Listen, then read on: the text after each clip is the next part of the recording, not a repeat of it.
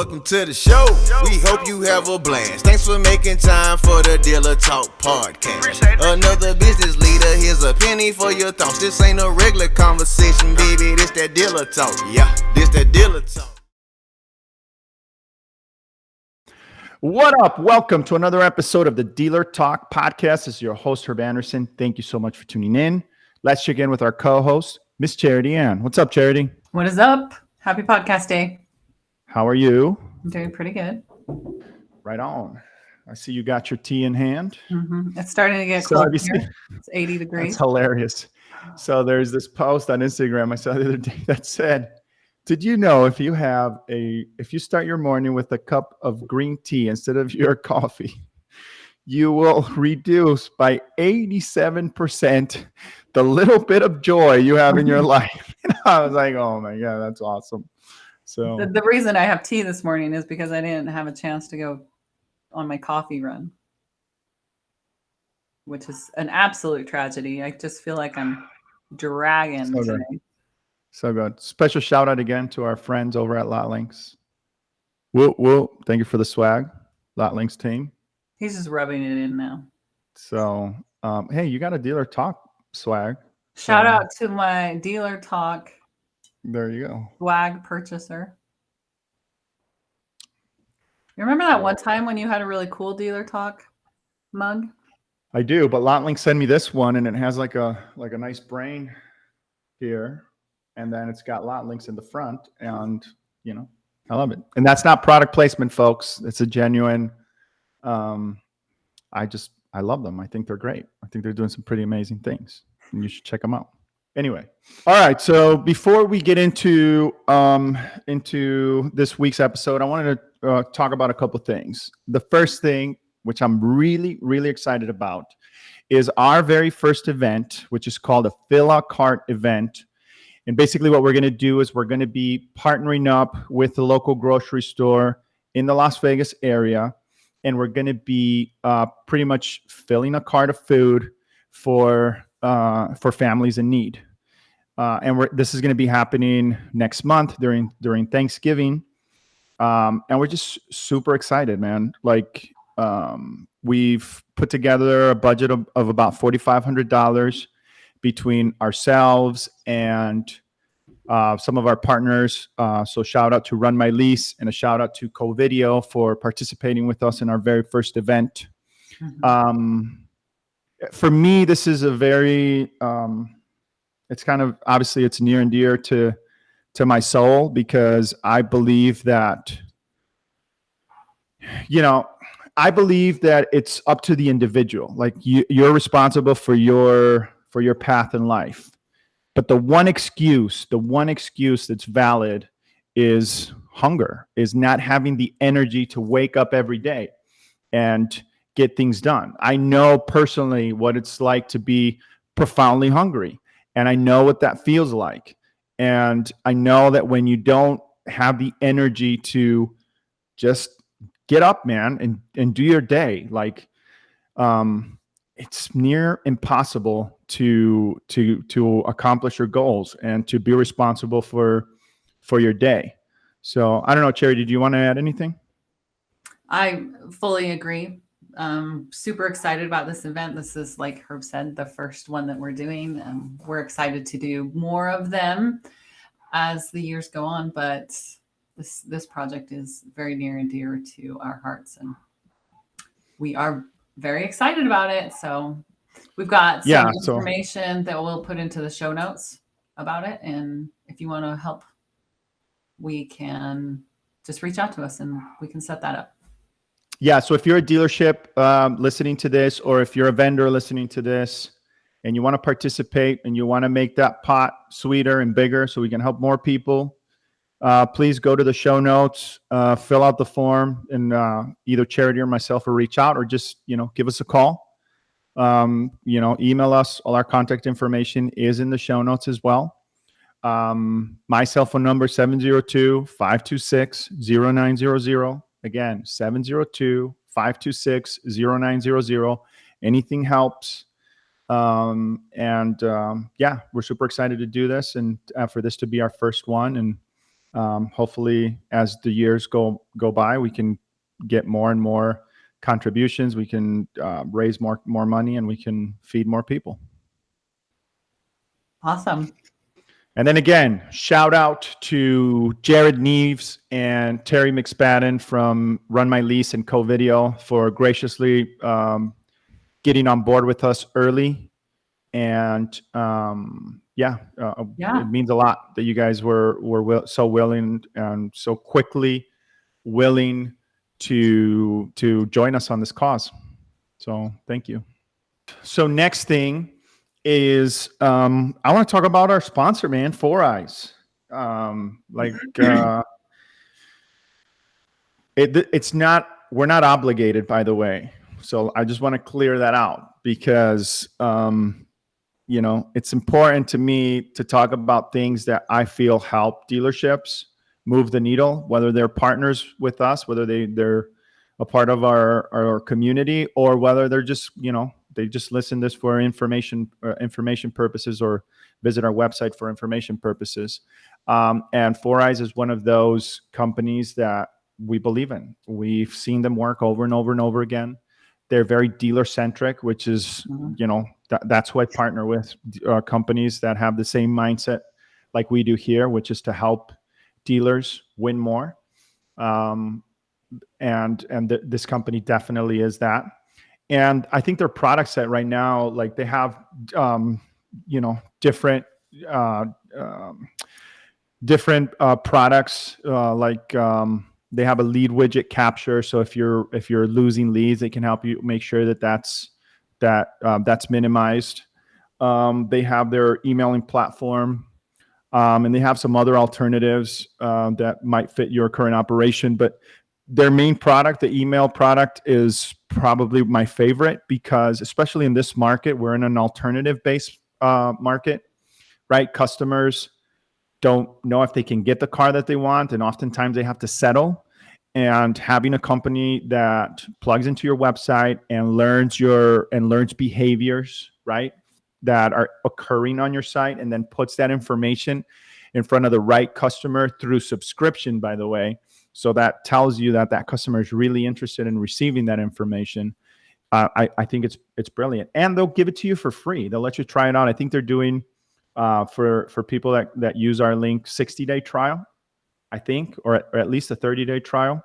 So you have nothing to lose. Go sign up, try it, and come to your own conclusions. I mean, I don't know a single store that turned them on and was like, oh no, this doesn't work. And then you can see it working for you on the CRM as well. You can see communication firing out, and then you can see that coming back. I mean, Charity, you as a BDC manager, what are your thoughts? I love Foureyes. And you can completely see it in the computer system.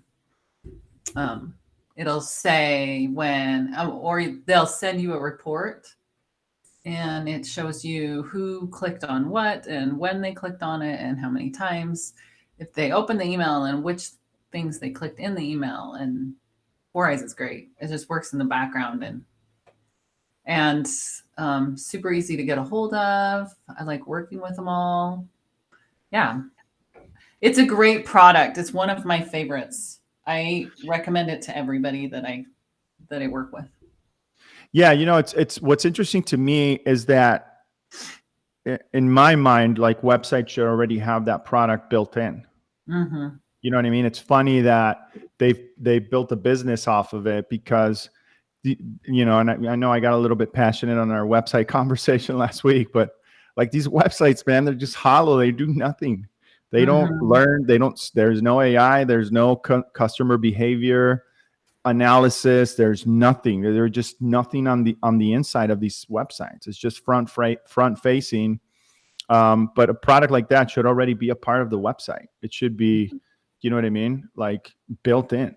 And so, and if it's not, then we've got an alternative for you. Yeah, for sure. So anyway, shout out to Foureyes for partnering with us. We're going now on 2 seasons. They've been our full sponsor for 2 seasons, and we love working with them. So go to the show notes, check them out. Absolutely free to turn it on at your store. So Give it a whirl.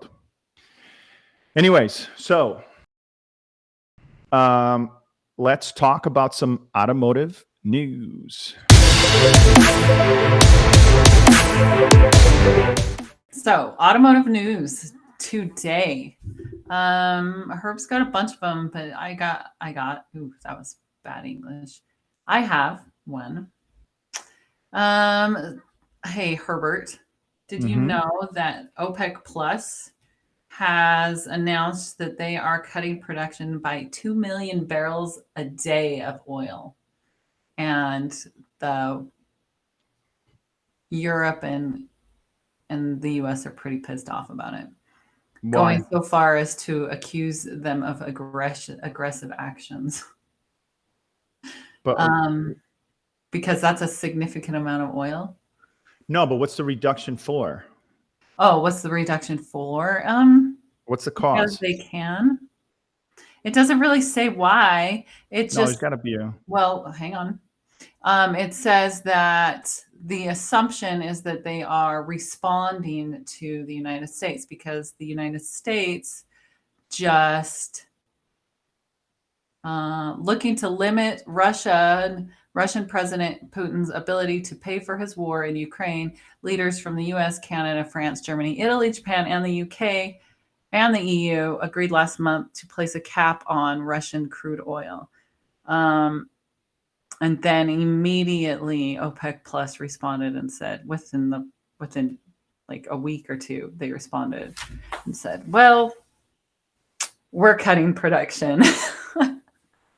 So now they're all pissed off at each other. The article that I'm reading said that the US has taken a lot of oil out of the market from sanctions, and the tendency is to turn to the Gulf and say, hey, we need more oil. They feel the OPEC feels they're being constantly asked to step up and fix market conditions that are not entirely of their own making.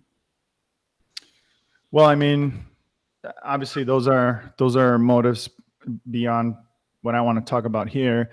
The only impact that I see for that is obviously pricing. Mm-hmm. So that's the big issue is that they're assuming that that's. I mean, dude, we're already at $4, right? Well, and it's the biggest cut that OPEC has done since COVID. Yeah, but I wonder what it's going to be. What if that? Yeah, if they're anticipating an increase in price per barrel. So here's to seeing what that does to gas prices for that Wrangler I just bought. Well, Tesla stock is going to go up. Yeah, with their 1.1 million recalls. Yeah, but everybody has recalls. Like it's not. That's not. If you have somebody on a Tesla, sell it now. No, dude. Like, the cool thing about them is that a lot of these recalls they're going to be able to do OTA. Like a lot of these fixes, they can do OTA. That's badass. Now this one, the window one, you're going to have to go to a dealership. But anyway, but yeah, I mean, can you imagine if it gets to like $7 or $8? I mean, if $5 was like, can you imagine $7, $8? Years and years and years ago, I went probably like 15, 20 years ago. I went to Alaska on a mini vacation and was mind blown by the price of things up there. Like milk was $6 a gallon, and it wasn't even a big deal that the gas prices were expensive and the milk was expensive and everything. And I think we got it good where we live. Yeah, I mean, $6 a gallon. Can you imagine? Yeah. Well, I can't because Because you don't. I don't use gas. So you just have aggressively windows that aggressively roll up. It's okay. I never roll my windows down anyway. There's no need. Aggressively. So you never roll your windows down? No. You and I drive so differently. I do want all the windows down, the top off, like. Yeah, I do think of I don't know if anybody, maybe, I don't know if even you, if anybody ever saw that movie, Love Potion #9, one of Sandra Bullock's first movies. And she's like, her car is this jalopy Italian brand or whatever. And there's a scene where she goes to open and the car's like just a mess, right? Like everything's falling off. And she goes to open the door and this guy sees the car and he's like speaking in Italian and stuff. And it's like, oh, this is a blah, blah, blah. And she's like, yeah. And he's like, I'm the owner. I make this car. And that's kind of like what I feel right now with the Tesla. It's like a good concept, but it's got a lot of little things that it's not the best well-made car. Let's put it that way. Tell me what little things. It's very noisy. The door handles are very flimsy. It's just, you could tell that there's some things that are, cost cutting. Does your head get sunburnt? So yeah, and then there's the I had to put that protector on there because it was like, dude, you're scorching my head, man. I'm gonna get, head skin cancer. So you're like wearing baseball caps. I told you. Even still, I said I would like to say that when he bought that thing, I said, is that sunroof gonna be a problem for you? I still love it. I think the technology of it, it's exciting, man. It's exciting because it's a different way. It's just a different way, which leads me to one of my points that I wanted to talk about today. And it's this article, and I'll just give you kind of like the excerpt, but it says that consumers don't understand autonomous vehicles. And it reads, consumers don't share the auto industry's excitement about autonomous vehicles and are uncomfortable having them transport people, according to the J.D. Power 2022 Mobility Confidence Index. Part of the reason for the mistrust, J.D. Power experts say, is a lack of knowledge about those vehicles due to confusion messaging from the industry. So I want to talk about that a little bit because I read Steve Greenfield's book. We were in a meeting and he gave us a copy. And I read that like in a day and a half. And then I bought the audio version and I've been listening to that. I think I've listened to it twice already. And it's really awesome because I love how he starts the book. It's futuristic and he's narrating an experience that I hope I can get to see in my lifetime. Because if I do, that means that we've completely left the transportation as it is today into something that's truly unique and different. And it goes something like, your car, John or whatever, I can't remember the characters' names, but he's on his way to work. The car basically tells him, hey, you need milk at home. We can stop and get it, or I can drop you off and pick it up after. The car interacts with you. It tells you, hey, I can go pick up your dry cleaning tomorrow at 10. What time do you want me to take you to the office? And it's a full autonomous experience, level 5. And to me, that's what the future is. Not the flying car, none of that BS that we oftentimes joke about, but it's the ability of fusing the technology that's available today with the transportation of the past and kind of coming up with something that's truly unique and different. And that's full autonomous transportation that just enhances our life. That's when I think about technology, that's what it should do. It should make our life easier. It should make our life better. It should make our life fun. And oftentimes I feel the opposite of that. So I don't know. I think it's kind of cool. I have a lot of thoughts. First of all, I find it ironic I've just read an article and I almost brought it up and now I'm going to, that Uber signed a contract with a company called Motional for 10 years. And they're working on autonomous taxis. And I was reading that article and this like sense of panic was coming up inside of me. And I kept thinking, if I was like in Las Vegas and I ordered an Uber and a car showed up without a driver in it, I don't think I would get in. But that happens in Vegas already. I'm sure it does, but I wouldn't that would freak me out completely. So I'm 100% that person. But The Steve Greenfield thing. It's like that quote that you said the other day, that Jeff Bezos, the conversation we were having about he wouldn't have been able to do the things that he's done if the things weren't in place. And as you're talking about that image, I think of my Alexa, who just thinks I'm waking her up. Funny that you have to like whisper. Yeah, whisper that.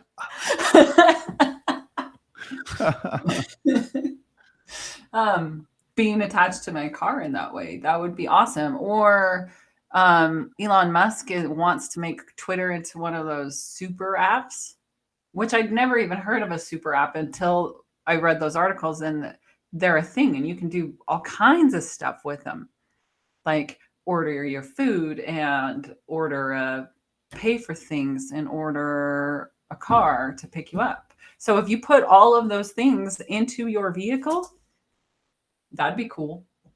Yeah. And, you know, I mean, I don't know, maybe it's because I spend so much time on the road or whatever, but just the ability, the concept of getting time back, right? Mm-hmm. Getting time back and being able to do more and still be able to move.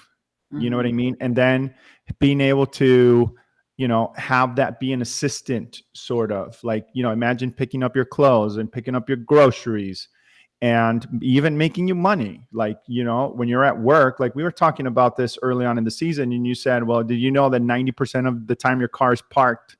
Well, what if that time the car is parked, it's out there making you cash, right? Driving people or moving people around. Which, if you think about it, if we get to all level 5, then that's probably not going to be a thing, because, you know, like it's but be, for a while it'll be a thing. But for a while, yeah, where exactly. People are made rich. Right. So, I mean, I don't know, man. It's just, maybe it's just my, you know, I just want something better, man. I feel like we're so archaic when it comes to just the what makes up a vehicle in the world that we live in today. And I just know that there's better. The technology already exists. The ability to do something better already exists. It's just a matter of connecting it together. Yeah. And it's exciting. It's exciting to see that. It's exciting to know that that's on the horizon, that's not, I mean, I'm not saying tomorrow, but maybe in the next 20, 30 years, what's that going to look like? I guess we've got to do it ourselves.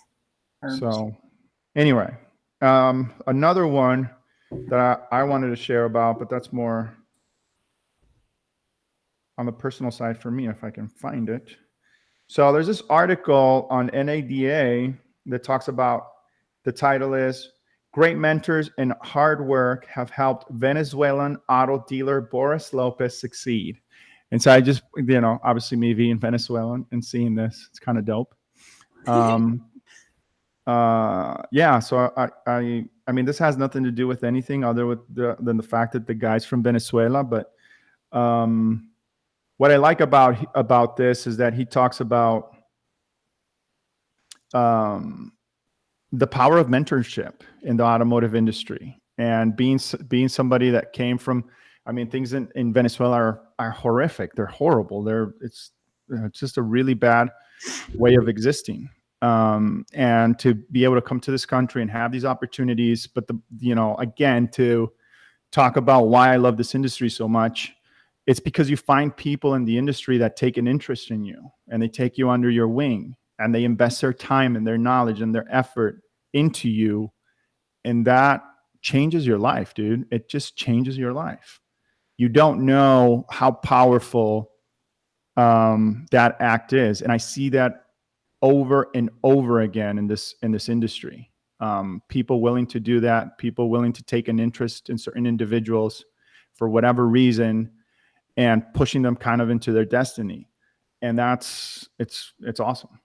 So would you say that you would be able to be where you are on your own?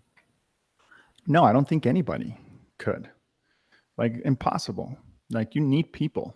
So you need people to take an interest in you. You need people to believe in you. You need people to tell you that you're better. You need people to see you better than you see yourself. right? Because for me, I'm my worst critic. Like nobody has to tell me that I'm fucking up, right? Like I know that before anybody. Do you know what I'm saying? Like I know that before anybody, and I'm harder on myself than anybody's ever going to be on me. But you know, that's why you need people to see your potential, because you know, like it's funny, but we will say the kindest thing to a total stranger and we don't have a kind word for ourselves sometimes. Oh yeah. Which is nuts. I was there. See you at the top. Oh yeah. I was listening to it. Dude. Zig Ziglar. And I'm going to butcher this, but he was saying, you know, life's really hard. And if you're the kind of person who's like, my life's so hard, then you're having the best life ever because you're exactly where you're expecting yourself to be. And you're not pushing past it at all. And you're not saying, you know what, screw that. Let's push on and do something more. And having those people around you that can, a phrase that a quote that I learned when I was a kid was, I lift thee and thee lift me and we will rise together. Like you have to have people around you. Mm-hmm. And then being able to state who they are, you know, being able to say, hey, that person right there influenced me and helped me to be where I am today. For sure. So yeah, no, people for you. Yeah. Name one of them. My mentors. Mm-hmm. Number one probably be Frank Ramoni. I think I've mentioned him on a couple of episodes, but dude, I didn't know anything about writing service or talking to customers, nothing. And you know, this guy was like diligent every day. You know, every day. Come on, let's go. Here, you do this, you do that. Try this, try the other. Say it this way. And when in the beginning, it's always, for me, that experience was a little bit weird because I didn't know what I didn't know. Mm-hmm. And I was always like apprehensive maybe, or, you know, wondering, why is this guy like, why me? Like, why is he taking such an interest? But then he was so consistent with it. And he always took the time to like point out the lesson. And yeah, and I saw the results. You know, I saw my life getting better. I saw my income improve. I saw, you know, the way that I was thinking about things started to change. Yeah, and you know, for me, being in this country, not having any family here, not having, you know, my dad died 4 months after I got here, so I didn't have any influence. I didn't have anybody to teach me anything from anything, and to have a perfect stranger kind of take that kind of interest was exactly what I needed at that time. Who knows? You know, I could have gone in a totally different direction, or somebody with a bad intention or bad mindset, bad philosophy could have done the opposite. Right? Run into somebody who said, "Oh, you're never going to make it. You're never going to do anything." Right. So, yeah. So I'd say him for sure. But you know, there's other people along the way, and then you feel obligated to kind of pay it back. That's why I believe in, you know, you got to reach back and bring somebody with you, right? When you reach certain levels, you gotta go back and take somebody. You know, I mean, I'm not complaining about that philosophy that you have at all. So. What was that? I said, I'm not complaining about that philosophy that you have at all. Yeah, but then you got to pay it, right? Then you got to do the same thing. That's the price. It's the price. So, anyways, so there was that one. And then there's another one here.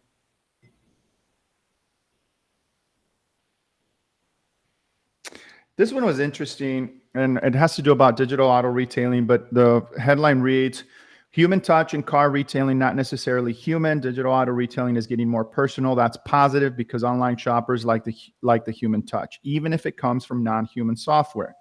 So say automotive panelists who spoke during a Reuters webinar entitled, wow, the customer in the decade of transformation, digital personalization, or the systematic ability to use artificial intelligence to get to know an individual, respond to online car shoppers. Used to be operationally expensive, but today the barriers are getting lower. So what comes to me with that is, again, I'm going to talk about websites. I'm going to try to do it in a way where my thoughts are coherent and my passion isn't dripping out of my face. So, but dude, like, where are these personalization touch points on your digital dealership? Where? Can you tell me that you can't have an AI bot or something that pops up on your website and says, "Hi, I'm Sam," like the bot that you see on all these different things. And it's like, you know, I can answer your questions and personalize your experience and talk about, you know, features and benefits and just be more interactive. Like, I don't know, man. Like, where is that stuff? Why are websites so blah? Like, I don't get it. Like, you can have a bunch of these websites are still on WordPress.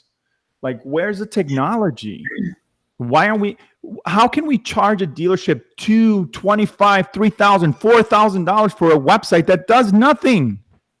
I don't get it. Like, if you're going to charge that money, that website better freaking know everything about that customer. It should be studying that customer behavior. It should be spitting data out to you. You should be able to run Facebook ads, Google ads straight from there. You should be able to sync it up to your inventory and manage your inventory through your website on some sort of a backend portal. It should be emailing customers. You should be collecting first-party data. Like, it should be this massive thing. And it just doesn't do any of that. I don't get it. But we waste all this time on trying to sell a car online and we can't even sell a freaking wiper blade. You know what I mean? Like, anyway. End rant. It just, we got to do better, folks. I mean, we're talking about autonomous cars that are going to drive us around and pick up our dry cleaning and our websites. Websites make me think of like when you're looking to buy a new house and you go in and everything looks really pretty, and then you start opening drawers and you're like, oh, so this house looks really pretty on the exterior. But it's not even that, because if you think about it, I'm going to prove my point right now. If you're listening to this and you have any of the traditional website providers and you have to buy SEO on top of your website package, you already know you're getting fucked. I'm sorry, but that's the reality. Because there's no reason why you should be paying extra money to have a technically SEO sound website at all.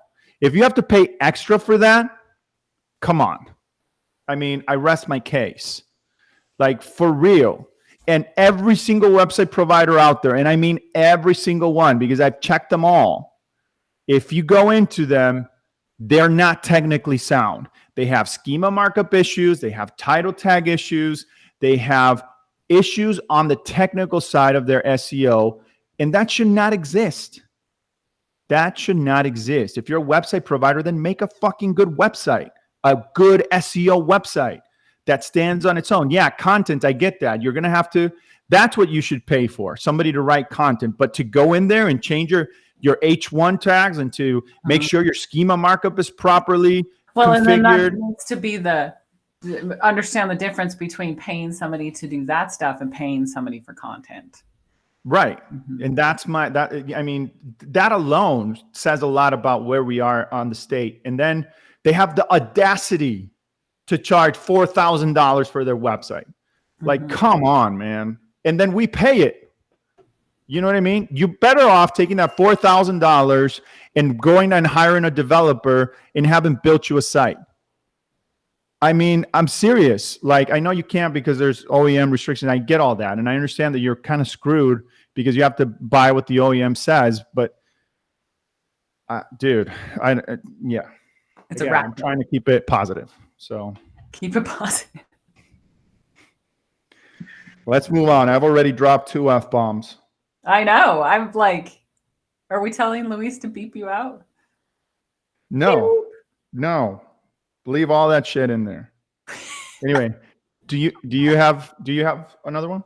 No, that was mine. That's yours? I was being lazy this week. All right. Well, that's it for automotive news, folks. Let's Let's talk about our blog post of the week. Blog post of the week. So we name dropped a little bit earlier with CoVideo. CoVideo is one of our partners. And so they offer a suite of services that are centered around. No, dude, you're talking about the wrong one. Am I talking about the wrong one? I thought you wanted to talk about CoVideo, and that was. Did we talk about Fix Ops Digital already? We did, didn't we, on the last one? Mm-hmm. We did? Yeah, we did, because we had Mike Vogel on. Mm-hmm.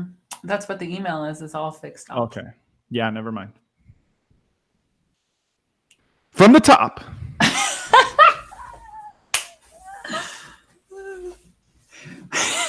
Now you threw me off. Blog post of the week. So she's laughing because we just messed that up and we've had to redo it. And so they're going to cut portion out. And now she's like, you threw me off. So anyway, just for context, go. Just for context and not to throw me off more. So we name dropped a little bit with one of our sponsors is CoVideo. CoVideo is. Well, hold on. Let's clarify. They're not a sponsor.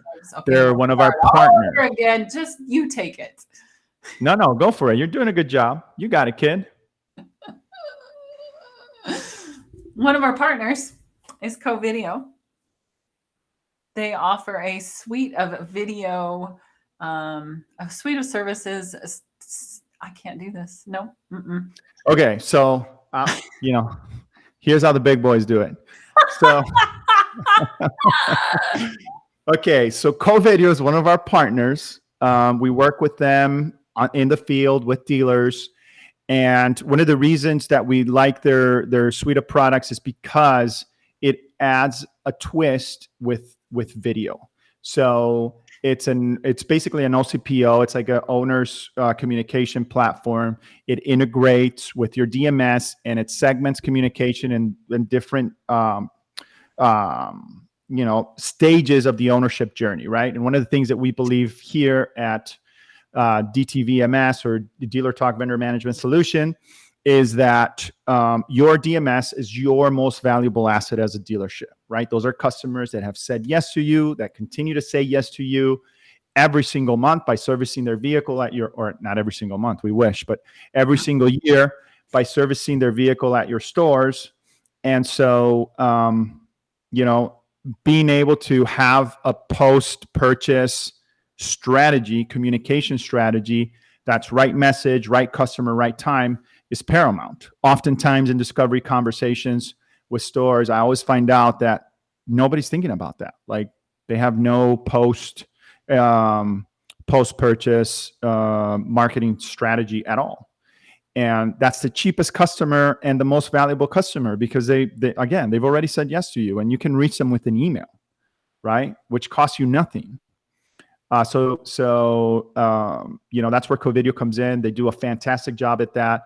They have 3 touch points with mail, email, and text messages. And the text message one is one that I'm really excited about. So imagine being able to have that high open rate, which I think it's 98%, and then attach a personalized video in these different moments of your ownership journey. If we talk about the purchasing journey being all this jumbled up lines, right, to end up in a car, the ownership journey is not like that. It's a straight line, man. You own this car and in these different segments, you're going to need these different services or you're going to require these different touch points with your customers. And if you do that effectively, then that customer is going to come in. If they spend the first 2 years, the statistics show if they spend the first 2 years coming back to your store, then you're more likely to keep that customer for life. And that's what we want, right? Loyal customers that are coming back. And then their platform is super dope because the reporting shows you the segmented years. So you can see the impact on customers that haven't been in your store 2, 3, 4, even 5 years out. And then you see those trigger communications going out and you see the customer coming back. So if you're thinking about the long-term game, they're a fantastic partner to have. And so that's why we wanted to kind of showcase them on this week's blog post. And if you notice the trend here, every week we've been talking about partners that we work with, because we want to share that information, man. Like if you're not working with us, then at least you have access to connect with these folks and implement them at your store and get some extra wins. I think, me personally, I think that that's critical to have right now, because we are in a very uncertain times, like the financial situation and then the shortage situation.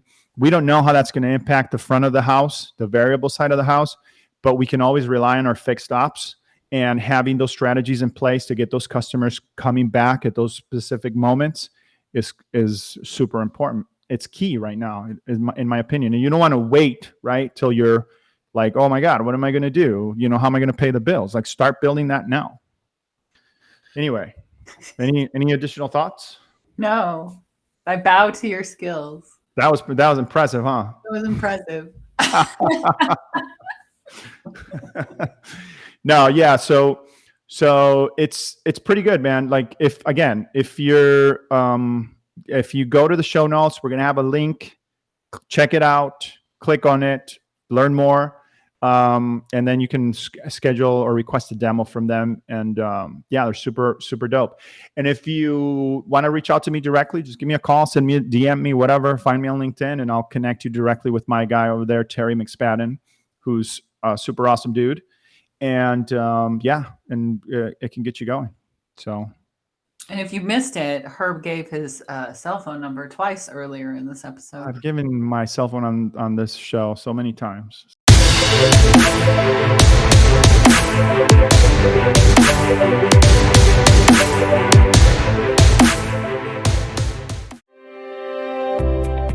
Now more than ever, businesses need more efficient sales.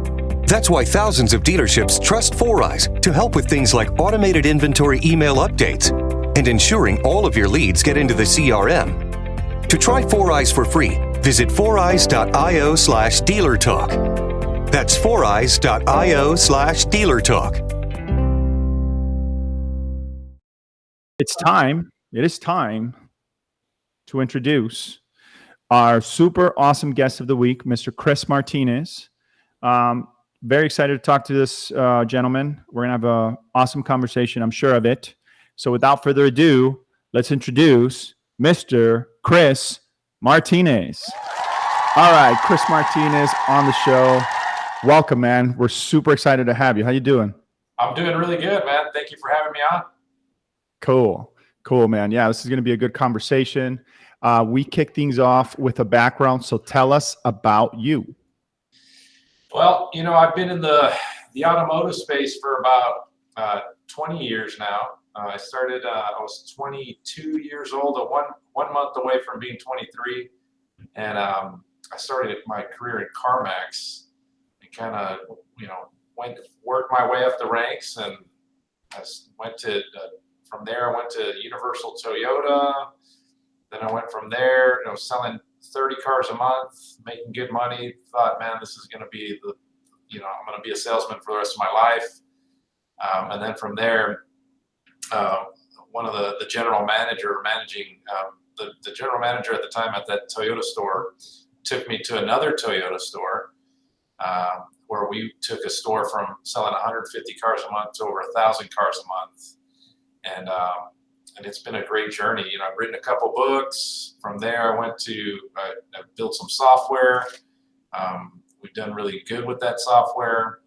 And since then, I'm helping run 5 franchises in Tulsa, Oklahoma. So that's kind of where I'm at now. But it's been great. We've been doing some good things, and it's been a lot of fun. That's awesome, man. Yeah, the kind of like the spectrum there of the career and the experiences. But it's the volume game's always kind of been my thing. When I was at CarMax, well, I helped open 5 different stores out there. We had a lot of fun there. Was a manager there for 6-7 years. The store I was at, we were selling 700 used cars a month. Wow. So I've always kind of seen that. And then when I went to the Toyota store where I was selling 30 plus cars a month, I was also their assistant internet director, so helping them, it was pretty instrumental in seeing how to scale that business on the traditional side. And we were selling 660 cars a month there. And then to go to the other Toyota store and go to over 1,000, it's been a lot of fun. And now the group I'm at today, they were selling 400 cars a month, and now we're doing over 600 cars a month. So it's been a lot of fun. So let's talk about that really quick, because that's one that I've, obviously that's been, when I have these consultative conversations, it's always about that. That's the ultimate goal, right? I want to sell more cars. And yeah, I get that. But how do you, in your opinion, what's the, not easiest, because, things take the amount of time that they're going to take, but what is the best way or the most efficient way to take a car or to take a store, from 400 to say 600? So first, it's really a lot of, I look at a lot of how are the quick lifts? Is their close ratio right? Do they have, the right staff? Are they staffed appropriately? Do they have the right amount of inventory? I look at their marketing plan. The marketing plan is probably the biggest or the quickest lift that you can do generally, just because a lot of times they're, most dealers are either underspending or don't have the right strategy. And, there's a saying that goes, if they don't know you, the best known product is better than the best product, right? So, marketing is, is a big part of what it is, but in reality, when it comes down to the basics, close ratio, making sure you have the right amount of leads per sales staff. You're not, feeding one person more than the other. You kind of have them evenly dispersed. Just the quick little things that you can really just drive big results. That's kind of what I focus on first, but then it's the marketing plan. So yeah. So I always struggle with that one because it's just my experience, right? But I've never walked into a store. Let me think about that for a second before I make that statement. I don't think I've ever been in a store where I've been like, dude, you guys got a lead problem, man. You're just not getting enough juice. I'm serious. Maybe they have the wrong amount of leads. I know back in the day with the KBB ICO stuff, so you get a bunch of leads, but you're closing at less than 1%. So those are easy to pinpoint and eliminate, right? But for the most part, you're getting a lot of leads, you're getting a lot of activity, but the closing percentage and the follow-up, and you go into these CRMs and you see 1 or 2 phone calls and then no interaction for a month. You know what I mean? Or you see that they're closing or they're killing leads and they only call the customer one time and then they're marking it bad so that there's no processes turned on for that specific lead. I feel like that's been my experience where I walk into these stores and I see more of that stuff. Then it's oh, wow. And then the other thing too is, and this is a question, right? So do you think that do you think that that's the I don't want to say metric or KPI, but do you think that that's the, if you turn that on, is that effective? Because sometimes having less kind of motivates you to do more because you're getting less. Whereas if you have an abundance of it, then you're more likely to be well, I have so much that you know what I'm saying? Well, part of it is when I look at it, where you have salespeople that'll get 100 leads, right? Or 150. I've been involved in stores where I walk in and you got 3 people doing all the leads and you've got 20 salespeople and you're well, that's problem number 1. Right. Oh my God. And so awesome. So now you gotta make sure each salesperson's getting a minimum of 40 leads, a maximum of 60. That's generally like the sweet spot. You don't want anybody getting any more than that. They just can't handle them. Then they start picking, and then the close ratio goes away.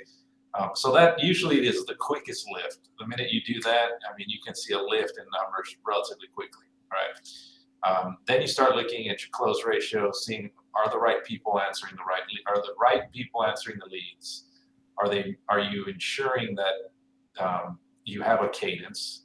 Like, is there a follow-up cadence? Is there something there that's in place that, if your salesperson's not following up, or is there automated emails going out? Those little things right there can help drive a close ratio up, right? So, when I look at stores, I go in, and those are generally like the first things that I do. I go, okay, so how are we, is our traffic up or down year over year? Who's handling the leads, and how's your follow-up process, and what does that look like? And once you kind of go in there and clean that kind of stuff up, I mean, you can it's just a quick jump, right? And then you kind of go through and look at your marketing plan and see, okay, where are you not spending money, and then where are you spending money to make sure it is like those KBB ICO leads? Are you just wasting some money, right? So those are the kind of things that I look at, and you can literally go in and, if you drop me into any store today, I could literally go in and just, immediately see it make an impact, and you'd see the numbers go up substantially. So, and that's kind of what I've been doing now for quite some time. So it's been a lot of fun. Do you have when you walk in, any red flags, like you walk into a dealership and immediately know that it's going to be harder than other dealerships to work? Like, what are some of the ones that are like, oh crap? Well, generally it's the tenured dealers, right? The ones that have had the same people there for 100 years, right? Those are generally the hardest ones, because you got a lot of old habits. They don't want to change. Generally most people don't like change, but if they've been there forever, that's just the way we've always done it, right? Like, that's what they're saying. Like, this is, we've always just done it like this. And so they're hard. It's harder to change a habit, or change a behavior once, they've been there for a long time. And that was one of the challenges that I knew coming into the group I'm at today. They had a lot of tenure. And so when I first took on the role, I was like, wow, this might be, I might be getting in over my head. This might be the hardest thing I ever did, right?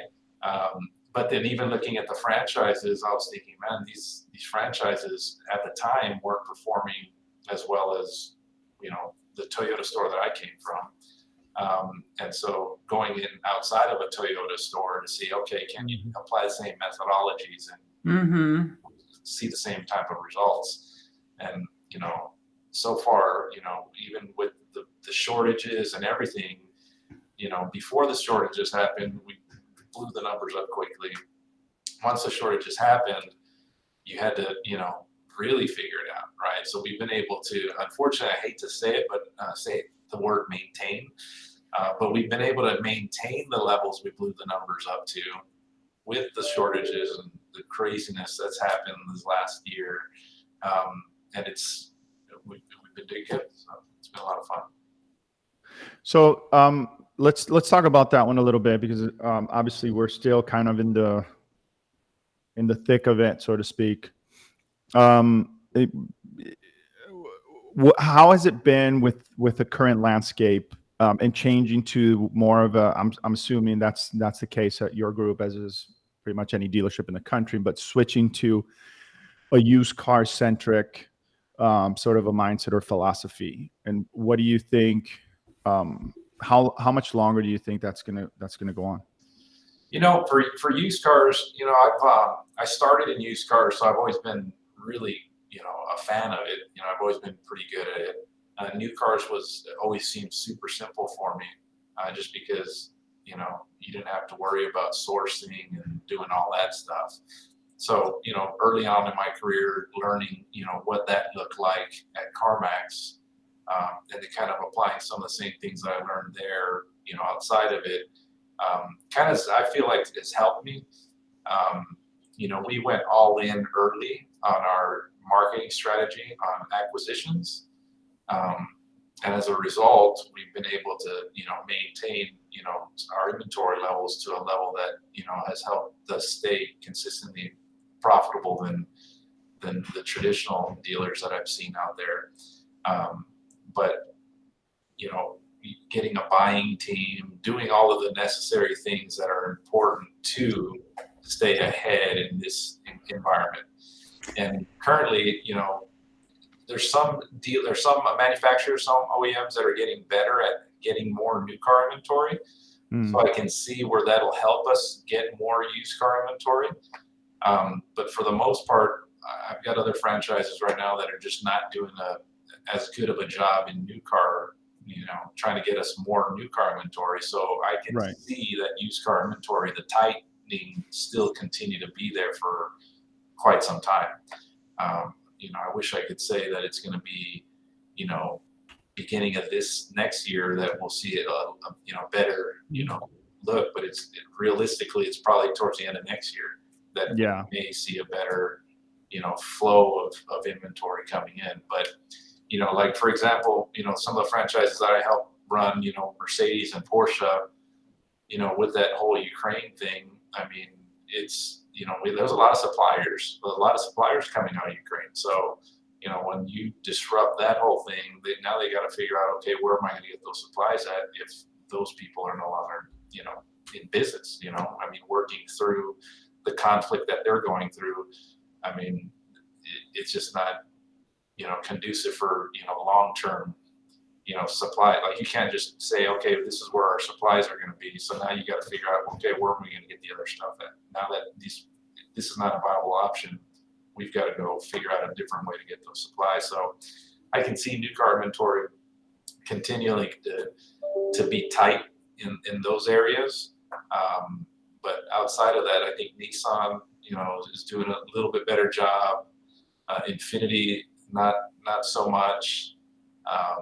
So it's, the franchises I help manage, those are the ones that, I can see that next year and the next year, maybe we may see some light at the end of the tunnel. But, at this point, it's just a guess because you just don't know. No, yeah, I agree with you. I think this is going for a much longer run than anybody had anticipated or expected, which brings me to my next question, because this is one of the things that I wanted to cover with you. I figured you'd be probably the perfect person to ask this question to, and it has to do with groups and how are we representing our used car strategy. So what is your take? Okay, so let me just give you a little bit more context. So it's happened often that dealerships call me, or dealership personnel calls me asking me about used car strategies. And these groups, man, they don't even have a unified group strategy. Some of them don't even have group websites where they have all their inventory on them.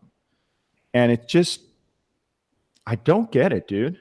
Like, especially in this environment, like, to me, and we did a blog post about this because way early on, because I was like, I was saying in there, I was like predicting that groups are going to have to go to a unified used car strategy through a group site and putting a lot of their SEM and a lot of those efforts through that one platform. Because think about it, if you have individual silos in a market and you're all competing against each other, it gets really expensive. And then you're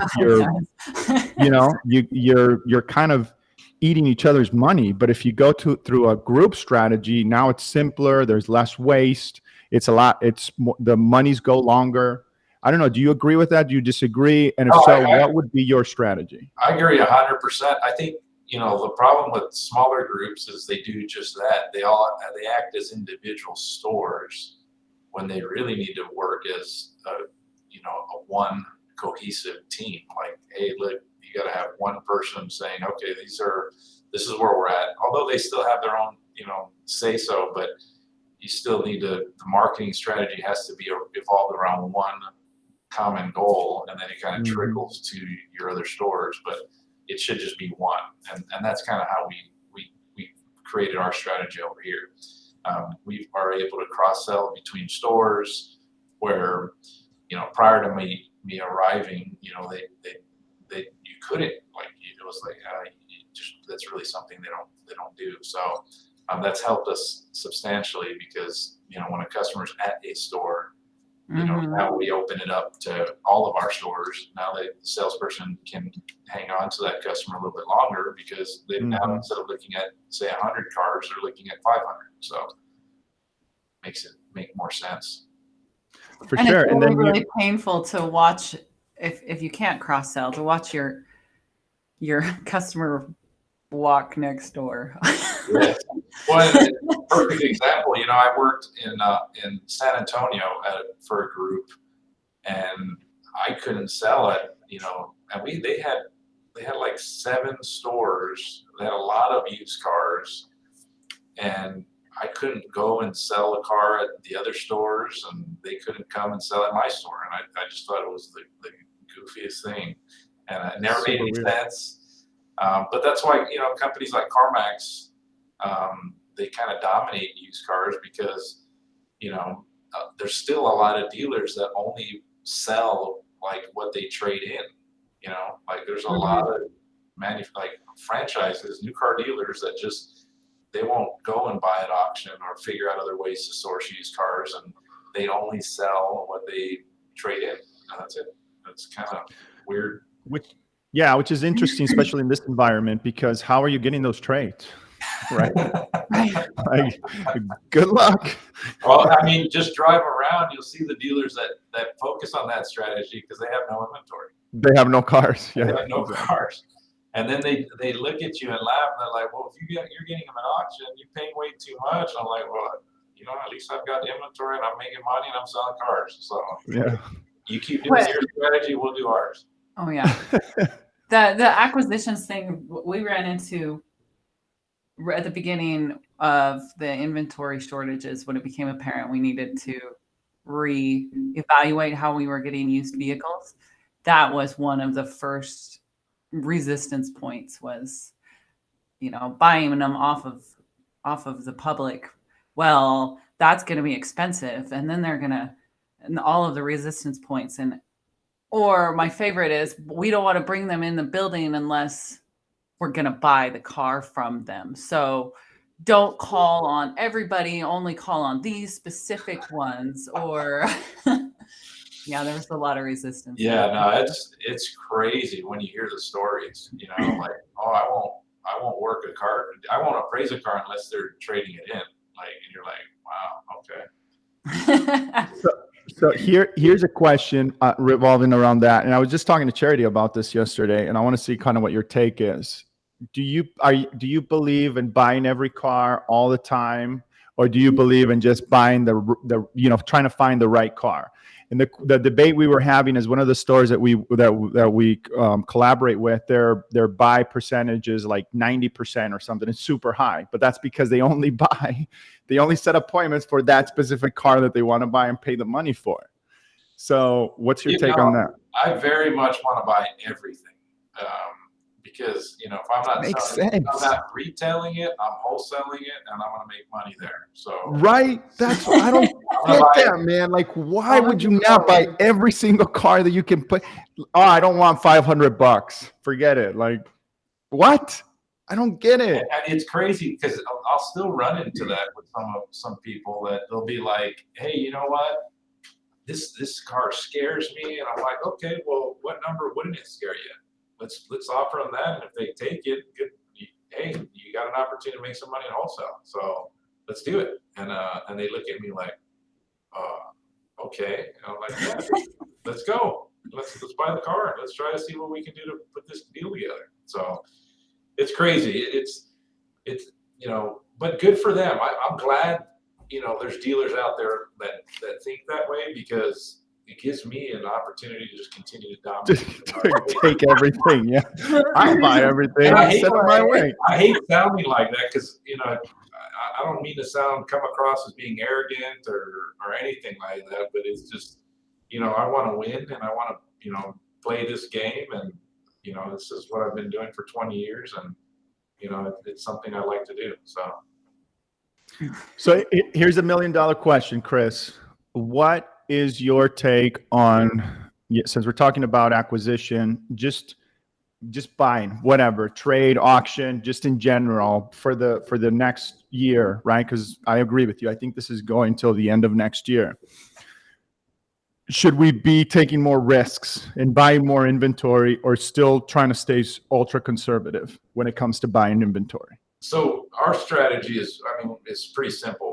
If there's an opportunity to buy a car and turn it around quickly, that's the game, right? So, we don't want to have a 45-day supply. We want to have like a 30-day supply, so that we can, as long as we're turning it fast, if we see an increase in aged inventory, then we got to relook at, where we're at. But our inventory is relatively tight in the sense that, we don't have anything over 60 days old. And we might have a handful that are over 45 days old, but for the most part, we're turning them in 30 days. And as long as we can turn them, we're not buying cars with high market day supply, or we're not actively sourcing them. If we get them in trade, we're good, or we buy them from the street. Customers come in and sell it to us from the street. We're buying them, but we're not going to auction to buy those high market day supply vehicles. So as long as it's got a low market day supply, and we're buying those aggressively, and we're selling those as soon as we get them. So that's kind of what we've been doing. So a group question now: do you guys exchange inventory, and when you do that, do you start the clock, or if that car's been at one store for 30 days, then and it goes to another store, it's there for now, the time still continues? So it's a combination. So like from an internal standpoint, we keep that same stamp on that car. Like if I've got a car that hits day 30 or 45 and then gets transferred to another store,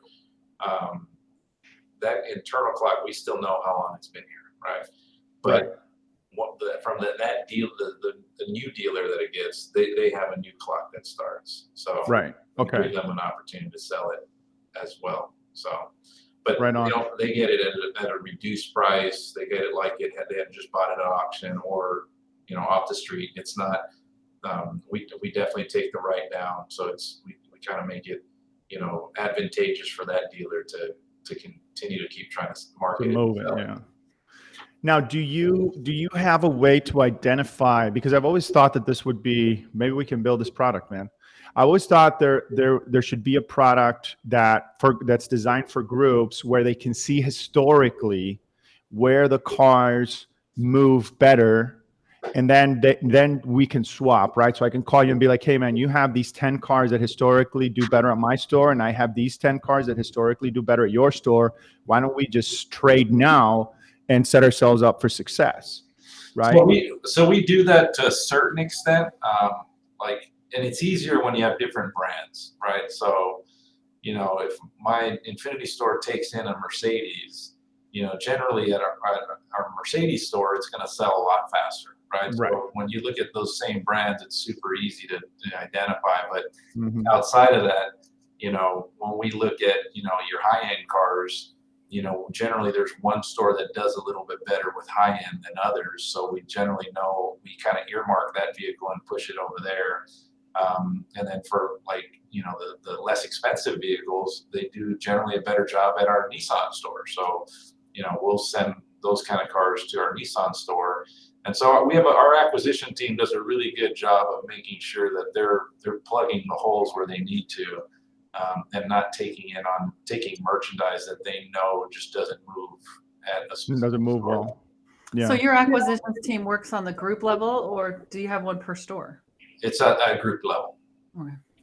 What makes sense for our group is they're all on the same street, all of our stores. So it's just down the street and within 5 minutes each. So it makes it real simple. Yeah. It's I know some stores that do the opposite, where everything's individualized, and that has its advantages, but it also poses its challenges, right? At some point you're going to have to centralize it, though. Don't you agree? Like at some point you're going to have to go more group level. I agree. There's our sister company, they've got like 10 franchises and they're spread out all over, and they do a good job. doing that same thing. I think there are some times that, you know, they'll look at each other's strategy and see how they're pricing and kind of mirror like who's doing the best and stuff like that. But they all meet, you know, regularly, weekly, so they kind of stay ahead of it. But there are some companies that don't even do that. Like they're just very much siloed. Hey, this is my store. You do you, we'll do me, and which I think is the goofiest thing ever. I mean, they work together, they sell even more. Crazy. It's so much better, so much more efficient, man. Yeah, for sure. It's competitiveness taken too far. Yeah, right. I'm gonna take you down, but we're the same company. Right. You're in the break room. No, it's funny. I saw a post from Glenn Lundy the other day, and it just made me chuckle because it's so true. It's like, dude, we're ultra competitive. I'm paraphrasing now, but he said something like, we're ultra competitive in this business where we're like, I'm taking you down, and you're with the same group, but you're still in the bottom 5% of the nation. So who cares, man? It's funny. You know, I had one of the guys I used to work with. He said he made a statement. He said, "Look, we're doing good, but we're just the king of the losers." And I see that a lot. You know, when you see people that are competing like that, and it's, you know, they should be setting their highs. Like they should be looking at the bigger people outside of not just their franchise, but other OEMs, and, you know, seeing what other bigger, you know, players are in the marketplace. Well, you set yourself. What's that? It becomes a distraction, competitiveness. Like if everybody's at the same level and you're trying to compete with everybody, then you get distracted by the flies around you instead of brushing them off and moving to the next level. Yeah, you know, there's always a higher level to be focusing on is that. Yeah, like, so even when I was, you know, at that Toyota store, we were selling 1,000 cars a month. I wasn't looking at my local market. We were looking at, you know, I was looking at the big players. Like, how did Longo Toyota get to over 2,000 cars? Exactly. Right. Yeah. You know, we took that store, you know, when you include our used cars and new cars together, we were like top 10 in the nation. We were probably the number 5 most profitable Toyota stores in the country.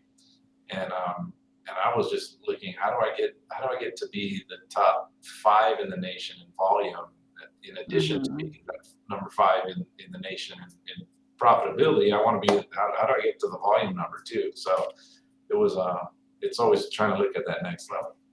Yeah, for sure. So kind of switching gears really quick, I want to talk about this. I know you've been doing a lot of videos lately that I've seen about the art of the deal, which I enjoy. Because I think, you know, we had a podcast session earlier this season where I just talked about my frustrations. I think I said in that episode I was exercising my demons because I see so much frustration on that side of the house.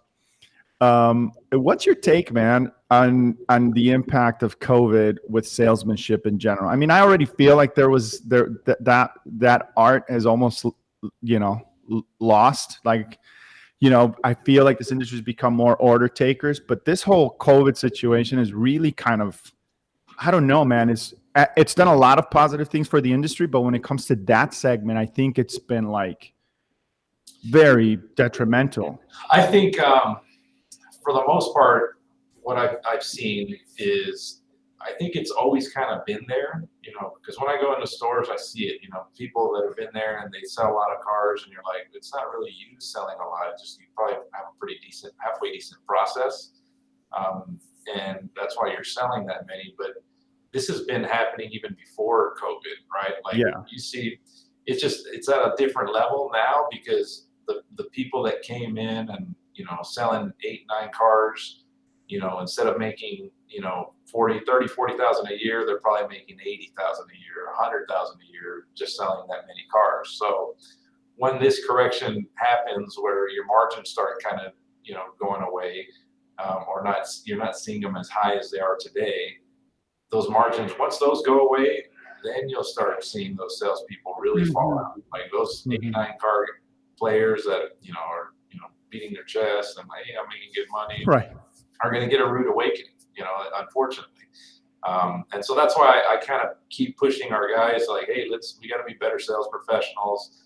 And, I've written a bunch of books, but I've never really talked about, how do you close a deal? What are you doing to be a better sales professional? And so that's why I started doing this. I started saying, you know what, I'm going to just start doing these videos for my team.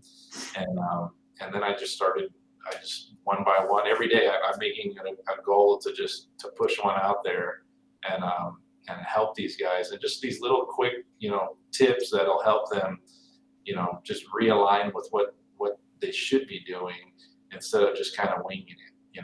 We have way too many salespeople in our industry today that have that mentality of I'm just going to wing it because there's a shortage of inventory.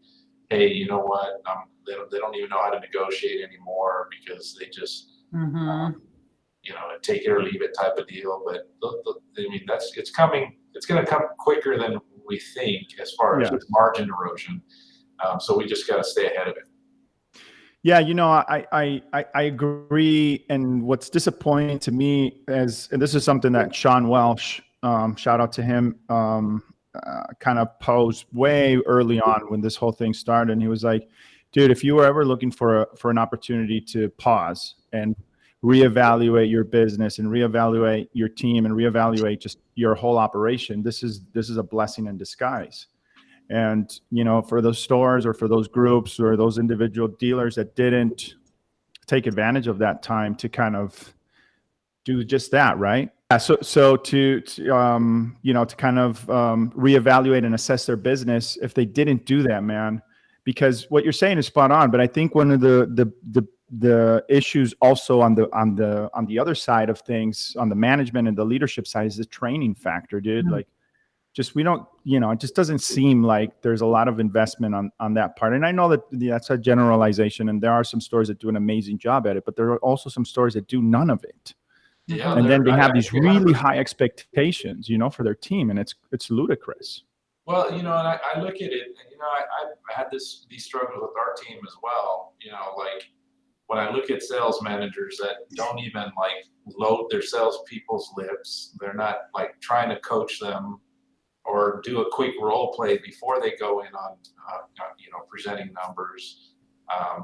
Just the little things that they should be doing, or taking the TO and jumping in there immediately, or doing an EMI, or doing these little basic fundamentals that they should be doing, and they just don't. And it's one of those things that even as good as we all think we are, you just know these little things just aren't happening. And I was on a Clubhouse 6 months ago or something, where I had a dealer, tell me, well, all my guys are doing this and this and that. And I was like, yeah, I just don't believe it, because, even when the stores that, the high volume stores that I was at that we were selling a lot, I could go into any store and I could pick out, a lot of different inefficiencies pretty quickly. I mean, even the stores that I'm helping run right now, I promise you, I could walk in and look at some leads and sit down and on the desk, see how they're interacting, and just know that they're skipping steps. And it's unfortunate that happens everywhere. Even the top players, they're skipping steps too. Yeah, for sure, man. But anyway, dude, man, thank you so much for doing this. We really, really appreciate your time. It's been a good conversation.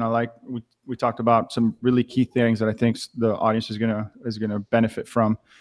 There is one question that we ask everybody that comes to the show, but before we do that, I did want to talk to you about one last topic, and that has to do with the finance situation. So obviously there was another interest rate hike last week or the week prior. And when that happened, I noticed a decrease of traffic, about 67% or so across the stores that I work with, immediately. And, I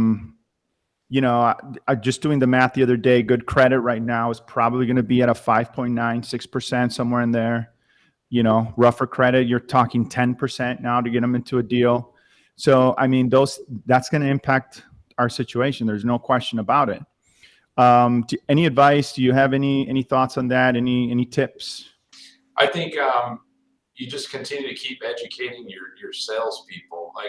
When I got in the business, that was like a good rate, so it's just, now we're going back to when I got in the business, and just kind of showing them and educating them, like, it's, 3 points on like someone that has good credit versus, 6 months ago, they could have had a lot less rate, a lower rate. I mean, from a payment perspective, it's not that high. Now, if it was a mortgage loan, you're talking, 30 years, you're talking, Right. Substantial. But, you're talking an auto loan, that payment's not going to be as high. And so just educating the salespeople, to educate the customers, and understanding that, right. The payment isn't really, it's all relative, right? So, if you just look at it, that dollar amount's not going to be as high as they think it is. They see this high rate, they're thinking, oh my God, it's, 5.9 versus, 3.9. I mean, that rate, that payment's not that high. Now if you're looking at, $100,000 car, stuff like that, yeah, there's going to be a little bit jump, but when you're looking at that price point anyway, I mean, it's not going to matter, It shouldn't, right? What's another? If it does matter, you're looking at the wrong car, my friend. Exactly. Awesome, man. Dude, thanks again so much for this. We really appreciate it, man. So there is one question that we ask everybody that comes to the show, and that question is, where do you see the automotive industry headed in the next 5 years, and why? I think with AI, you're going to see a lot of automation in a lot of different areas, and I can see, all those redundant jobs, the things that, like, repetitive tasks that happen inside of a dealership, you're going to see those things go away. I just don't anticipate, a lot of the things that we're doing today that are just repetitive. I mean, they're just not going to be here. So if you're in an industry, or if you're in a position in our industry that is, if you see yourself doing a lot of the same tasks over and over again, those positions will go away. Right on. There you have it, folks. Thanks, Penny, for that little Like freaking garbage for showing truck. up. And thanks everybody for tuning in. We really, really appreciate it. That's all the time we have for today. And as usual, we'll talk later. We only host a well-respected. The vendor Lexus Nexus. We don't sell digital marketing. What you do? We inspect it. What our DT vendor man is missing. Now more than ever, businesses need more efficient sales. That's why thousands of dealerships trust Foureyes to help with things like automated inventory email updates and ensuring all of your leads get into the CRM. To try Foureyes for free, visit foureyes.io/dealertalk. That's foureyes.io/dealertalk.